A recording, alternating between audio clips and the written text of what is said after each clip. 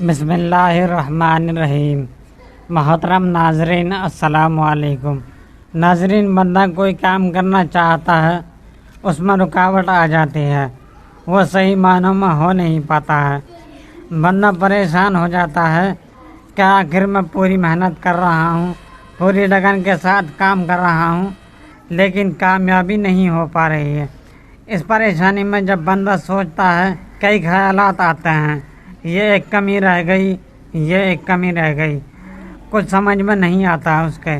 علماء کرام نے ایک وظیفہ سورہ اخلاص کا بہت طاقتور بتایا ہے، بلکہ سورہ اخلاص کے احادیث کے اندر بہت فوائد ہیں، اور سورہ اخلاص کے اندر اللہ کی ذات کا تعارف ہے، اللہ کی پہچان ہے۔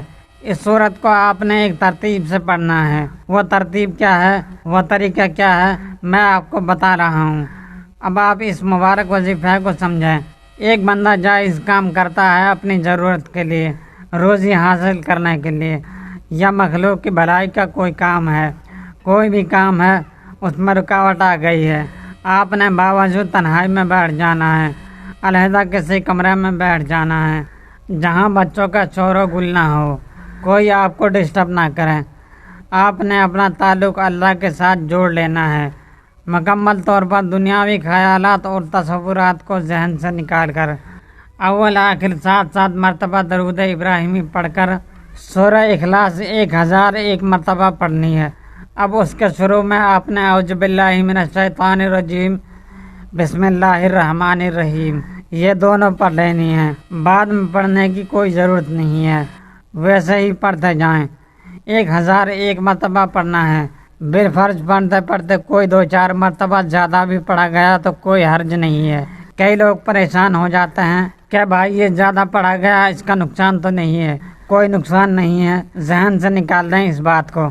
اس سے کم نہ ہو، زیادہ کا کوئی حرج نہیں ہے۔ اللہ کی تعریف ہے، وہ آپ نے زیادہ کر دی تو فائدہ ہی فائدہ ہے، لیکن اس کا شمار اور ایک عدد اس کا جو 1001 مرتبہ ہے، اس کو آپ نے پورا کرنا ہے۔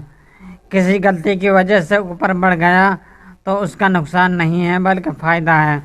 تو یہ عمل آپ نے روزانہ نہیں کرنا، ایک ہی دفعہ کر کے آپ نے اس کام کے لیے دعا کر لینی ہے۔ انشاءاللہ وہ دعا جو ہے وہ معمولی دعا نہیں ہوگی، وہ اللہ کے عرش کو ہلا کر رکھ دے گی، اور آپ ایسے محسوس کریں گے جس طرح اللہ ہم سے ہم کلام ہو رہے ہوں۔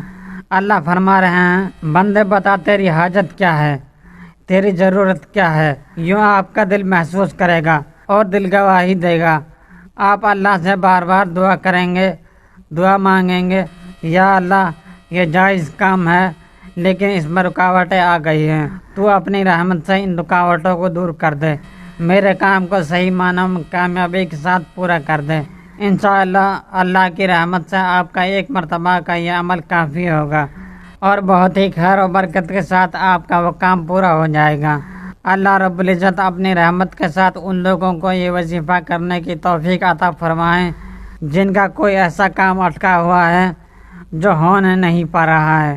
یہ وظیفہ پورے یقین کے ساتھ کریں، انشاءاللہ وہ کام ضرور ہوگا۔ السلام علیکم ورحمۃ اللہ وبرکاتہ۔